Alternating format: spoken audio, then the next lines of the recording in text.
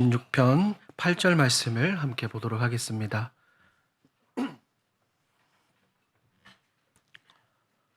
시편 56편 8절 말씀을 우리 한 목소리로 함께 읽습니다. 시작. 나의 유리함을 주께서 계수하셨사오니 나의 눈물을 주의 병에 담으소서. 이것이 주의 책에 기록되지 아니하였나이까. 아멘. 사랑하는 여러분, 우리는 너무나도 급변하게 모든 것이 변하고 빨리빨리 흐르는 시대를 살아가고 있습니다. 불과 10여 년 전만 해도 우리 손에는 스마트폰이 처음에 초창기에 주어졌죠. 그리고 한 3년 전부터는 AI 등 굉장히 많은 과학 기술들이 발달했습니다. 스마트폰 얘기를 한번 해볼까요? 스마트폰은 여러 가지 기능들을 가지고 있죠. 카톡이나 메시지나 혹은 인터넷이나 유튜브, SNS 등 굉장히 많은 기능들이 있습니다.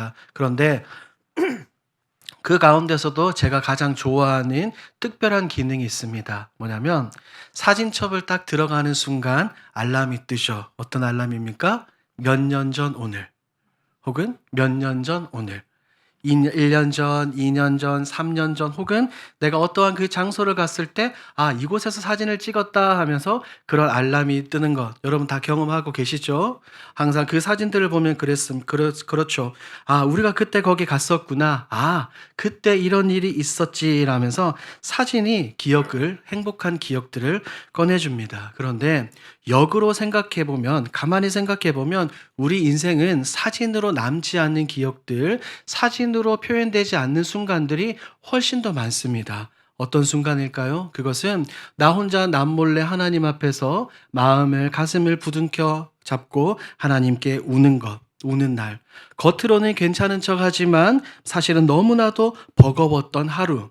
세상 모든 사람들이 잠을 자고 있지만 홀로 깨어서 혼자 우는 그런 시간들 말입니다. 그런 순간들은 어떻습니까? 사진도 없고 기록으로 남아있지 않습니다. 그래서 시간이 지나면 아무도 모르게 이것들이 지나간다라고 생각을 합니다. 그런데 한번 생각해 보십시오. 내가 혼자 마음 아파하고 눈물 흘렸던 그 모든 시간들, 그 눈물이 정말 사라졌습니까? 사라집니까? 아닙니다. 그 우리 안에 여전히 남아있어요. 그 눈물이 쌓이면 결국에 우리의 신앙과 우리의 믿음까지 흔들리게 됩니다. 흔들죠. 그리고 나서는 그런 상황을 맞이하면서는 우리는 하나님 앞에 원망과 토로합니다. 하나님, 저를 정말로 아시는 게 맞습니까? 하나님, 지금 어디에 계십니까? 하나님, 왜 저 사람은 도와주시면서 왜 나는 도와주지 않는 겁니까? 라고 우리의 신앙과 믿음, 이 믿음의 길, 순례의 길이 흔들리는 겁니다. 사랑하는 여러분, 우리가 살아가는데 던지는 실질적인 질문이 바로 이것입니다. 우리는 오늘 함께 이 시편 56편 말씀을 읽었습니다. 이 56편은 바로 제가 방금 이야기하는 그 질문 앞에 정직하게 마음을 토로한 한 사람의 이야기를 그려내고 있어요. 그 사람이 누구입니까? 다윗이죠, 다윗. 다윗은 고백하는 겁니다. 하나님께서 내가 흘린 눈물을 단 한 방울도, 내가 흘려보낸 그 모든 시간을 하나님은 단 한순간도 외면하지 않고 기억하고 계신다라고 말입니다. 고난주간을 앞둔 지금 오늘 이 말씀을 통해서 다윗이 말하고 다윗이 붙잡고 다윗이 너무나도 섬기고 사랑하는 그 하나님을 이 시간 우리가 함께 바라보기를 주님의 이름으로 축복합니다. 오늘 이 말씀을 우리가 제대로 이해하기 위해서는 이 56편의 배경을 우리가 조금 더 자세하게 살펴보아야 합니다. 여러분들이 가지고 계신 56편 표제어를 보십시오. 표제에 보면 뭐라고 기록이 되어 있습니까? 다윗이 가드에서 블레셋인에게 잡힌 때에. 이것은 시편 말씀이지만 사무엘상 20장, 21장, 26장, 27장에 나오는 그 내용과 그 장면입니다. 다윗은 지금 사울에게 쪽박 쫓기고 있는 도망자 신세입니다. 그런데 사울을 피해서 도망을 갔는데 그 땅이 어느 땅입니까? 가드죠, 가드. 알고 계시는 것처럼 우리가 주일학교 때부터 너무나도 잘 배워왔듯이 이 다윗은 하나님의 이름을 가지고 하나님과 함께 동행하면서 이 가드의 훌륭한 장수 한 사람을 죽였습니다. 누구일까요? 골리앗이죠, 골리앗. 그러니 다윗은 지금 어떻습니까? 자기가 죽인 골리앗의 고향, 그 원수의 땅에 지금 도망을 가 있습니다. 자기 나라에서도 내 모국에서도 쫓기고 이제 원수의 땅에 숨어들었는데도 거기에서 정체가 들킬 위기에 처했습니다. 그때 다윗이 했던 행동이 무엇입니까? 침을 흘리면서 미친 사람 척을 하는 겁니다. 사랑하는 여러분, 오늘 본문에 나오는 다윗의 모습을 한번 상상해 보십시오. 다윗이 어떤 존재입니까? 하나님의 마음에 합한 사람, 하나님의 맞는 사람이죠. 사무엘 선지자를 통해서 그가 기름 부음을 받았습니다. 장차 이스라엘을 다스리고 하나님의 뜻에 따라 모든 백성들을 이끌어야 할 그 왕이 지금 이방 땅에서 혼자 미친 사람 흉내를 내고 있습니다. 얼마나 비참한 상황입니까? 너무나도 비참합니다. 그날 밤 다윗의 생각과 감정, 다윗은 어떤 것을 느꼈을까요? 두려움, 수치, 혹은 하나님이 정말 나와 함께하고 계시는 게 맞는가? 하나님이 나를 버리신 것은 아닌가라는 너무나도 큰 염려와 두려움에 빠졌을 것입니다. 바로 그 자리에서, 그 시간에 이 시편이 기록이 되었습니다. 그렇기 때문에 다윗의 이 모든 상황을 우리가 이해를 하고 오늘 본문 말씀을 들여다봐야 이 말씀이 다윗의 고백이 아니라 오늘 저와 여러분들 우리의 모두의 고백이 될 줄 믿습니다. 오늘 본문을 다시 한번 읽어보겠습니다. 시작. 나의 유리함을 주의 병에 담으소서. 이것이 주의 책에 기록되지 아니하였나이까. 자, 이 한 절 안에 굉장히 중요한 세 단어가 들어 있습니다. 첫 번째는 유리함, 두 번째는 병, 세 번째는 책입니다. 이 세 단어가 오늘 본문, 오늘 설교의 핵심입니다. 첫 번째가 뭐라고요? 유리함. 원래 뜻은 쫓겨다니는 삶, 정착하지 못하는 방황을 뜻합니다. 그런데 본문에서 다윗은 분명하게 말하죠. 나의 유리함을 주께서, 하나님께서 뭐 하셨다고요? 계수하셨다. 여기서 계수한다는 말은 단순히 하나님이 안다는 그것을 넘어서 하나님이 자세히 기록하고 있다는 뜻입니다. 다윗이 얼마나 쫓기고 다녔는지, 얼마나 두려움의 생명의 위협을 느꼈는지, 얼마나 무너졌는지 하나님이 그것을 아시고 보시고 하나도 빠짐없이 뭐 하셨다고요? 기록하셨다고요. 대충 아시는 것이 아닙니다. 정확하고 세밀하고 빠짐없이 알고 계신다는 다윗의 고백이죠. 두 번째 표현입니다. 나의 눈물을 어디에 담으소서? 주의 병에 담으소서. 이것은 당시 고대 근동 문화에서 온 표현입니다. 이 슬픔을 기억하기 위해 눈물을 병에 담는 습관이 있었다고 해요. 이것은 실제로 내가 울면서 이렇게 병에 담았다, 이 의미라기보다는 이 슬픔을, 그 순간에 아픔을 잊지 않겠다는 상징적인 행위입니다. 그러니 다윗이 너무나도 힘들고 고통스럽고 아프니까 내 아픔을, 이 모든 것을 하나님께 그대로 가져가는 겁니다. 하나님, 제 눈물을 이 병에 담아 주시옵소서라고 정직하게 고백하는 겁니다. 하나님, 제가 흘리는 이 눈물을 지나치지 마십시오. 제발 잊지 마십시오. 자신의 아픔과 눈물을 들고 하나님께 나아가 고백합니다. 그러니 여러분, 지금 이제 다윗이 나의 눈물을 주의 병에 담으소서라고 말하는 이 표현이 이해가 되십니까? 다윗의 간절한 마음이죠. 세 번째 표현이 무엇입니까? 이것이 주의 책에 기록되지 아니하였나이까. 단순히 책에 기록된다는 사실이 아닙니다. 원래 뜻은 하나님께서 기억하신다라는 의미예요. 성경에서 하나님께서 기억한다는 단어가 굉장히 많이 등장하는데 이것은 하나님이 언약 안에서 반드시 일을 행하시고 역사하심을 나타내는 표현입니다. 되돌려 볼까요? 하나님은 노아를 기억하셨을 때 무엇이 그쳤을까요? 홍수가 그쳤습니다.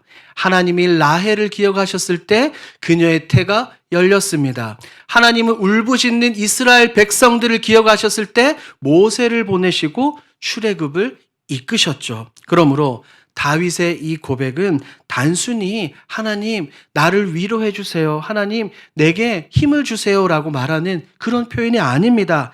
하나님은 내 눈물을 보셨고 하나님은 반드시 일하실 것이다. 그러므로 나는 이 사실, 그것을 믿는다라고 다윗이 강력하게 선포하는 것입니다. 여러분, 마음에 와닿으십니까?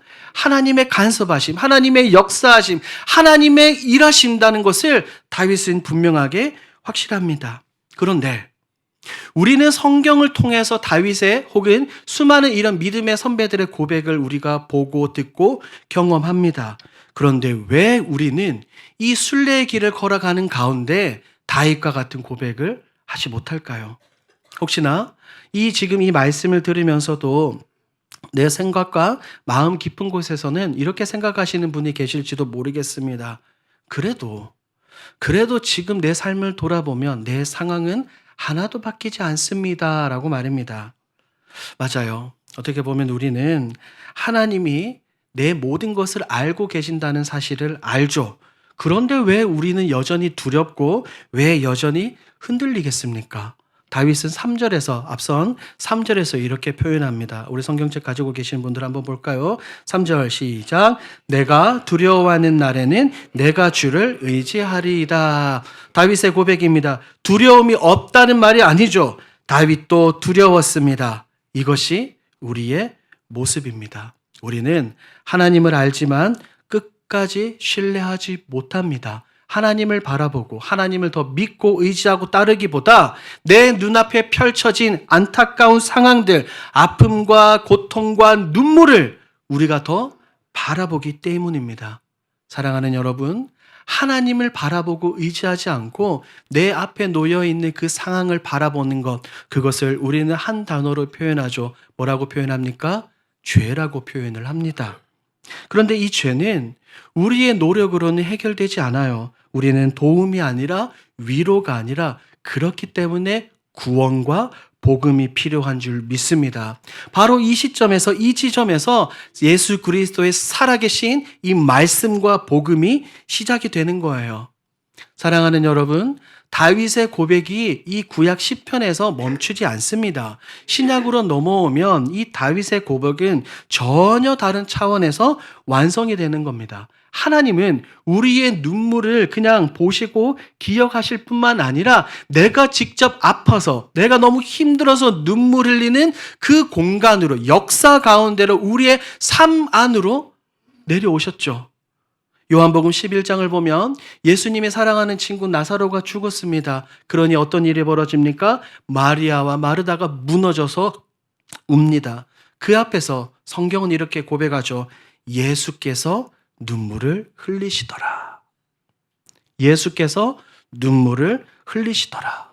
예수님은, 하나님은 그저 저 높은 곳에서 내려다보면서 괜찮아, 잘 될 거야, 힘내라고 말만 하시는 것이 아니라 우리가 가지고 있는 아픔과 슬픔 한가운데로 직접 걸어오셔서 함께 우시고 함께 우리의 눈물을 닦아주시는 분이신 줄 믿습니다. 히브리서 기자는 여기에서 멈추지 않고 조금 더 나아가서 분명하게 선포하죠. 우리에게 있는 대제사장은 우리의 연약함을 동정하지 못하실 이가 아니요 모든 일에 우리와 똑같이 시험을 받으신 이로되 죄는 없으시리로다. 사랑하는 여러분, 여기서 말하는 동정하다는 단어는 단지 그냥 측은히 여기다, 안타깝게 여기다 그런 의미가 아닙니다. 이 헬라어 원뜻은 내가 함께 겪고 몸소 통과하셨다는 의미예요. 예수님은 외로움이 무엇인지 알고 계셨죠. 왜요? 병정들에게 잡힐 때 제자들이 다 도망갔잖아요. 예수님은 억울함이 무엇인지 이미 알고 계십니다. 아무 죄가 없으신 그분이 그 밤에 재판장 앞에서 불의한 재판을 당하지 않으셨습니까? 예수님은 아무도 알아주지 않는 고통이 무엇인지 압니다. 예수님은 십자가 위에서 고백하셨죠. 나의 하나님, 어찌하여 나를 버리시나이까? 라고 울부짖으시며 그 고통을 몸소 경험하지 않으셨습니까? 사랑하는 여러분, 우리를 아시고 나보다 나를 더 잘 아시는 우리 하나님 예수 그리스도는 먼 곳에서, 먼 발치에서 우리를 그냥 바라보시는 분이 아닌 줄 믿습니다. 직접 우리의 삶 가운데 들어오셔서 이 모든 고난과 아픔을 함께 겪으셨습니다. 그런데 여기에서 우리의 멈추면 안 됩니다. 예수님은 단지 우리의 눈물 속으로 삶의 현장 가운데서 들어오신 것은 단순히 함께 울고 웃고 위로하기 위해서가 아니라 그 눈물의 원인을 끝내기 위해서 이 땅에 오셨죠. 우리의 눈물의 뿌리가 무엇입니까? 눈물 흘리는 뿌리. 깊이 들어가면은 하나예요.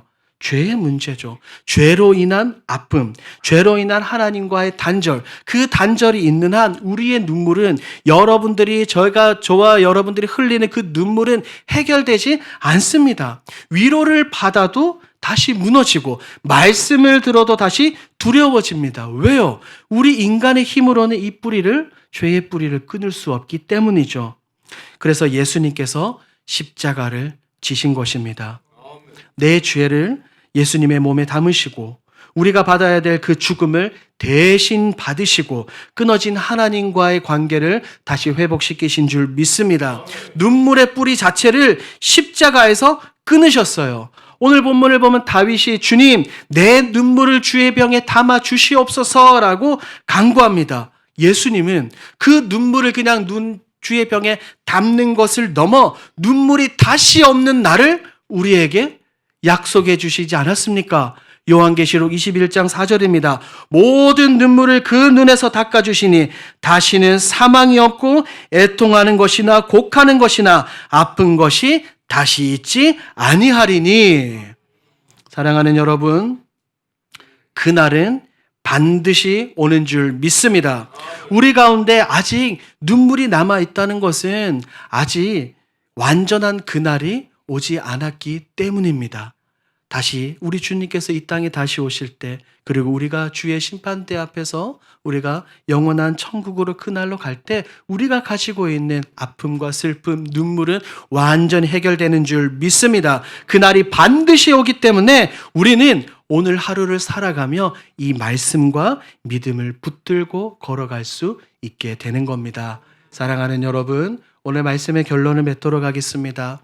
다윗은 이 시편을 쓴 이후에도 여전히 가드 땅에서 쫓기고 있었습니다. 그의 상황은 하나도 바뀌지 않았습니다. 그런데 다윗이 이렇게 고백할 수 있었던 것은 단 하나입니다. 하나님이 바뀌지 않으셨다. 하나님이 변하지 않으셨다.